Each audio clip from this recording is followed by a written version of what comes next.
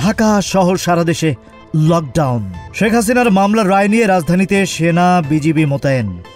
আন্তর্জাতিক অপরাধ ট্রাইব্যুনালে আজ এক গুরুত্বপূর্ণ মামলার রায়ের তারিখ ঘোষণা।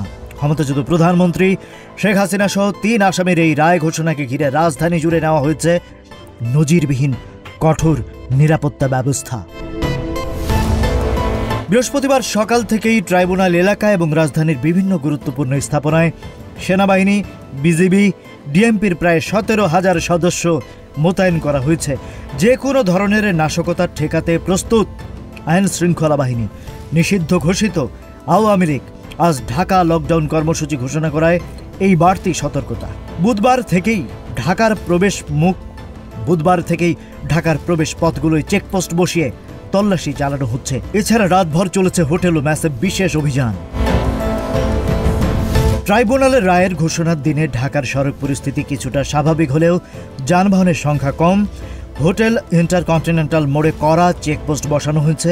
প্রধান উপদেষ্টার বাসভবন যমুনামুখী সড়ক বন্ধ রেখে গাড়ি ঘুরিয়ে দেওয়া হচ্ছে শাহবাগের দিকে। আন্তর্জাতিক অপরাধ ট্রাইব্যুনাল ১ আজ রায়ের তারিখ ঘোষণা করবে। এই রায়কে কেন্দ্র করে রাজধানী জুড়ে আইন শৃঙ্খলা বাহিনীর এই কড়া টহল প্রস্তুতি জারি থাকবে। Rajib Raihan, news flash 71।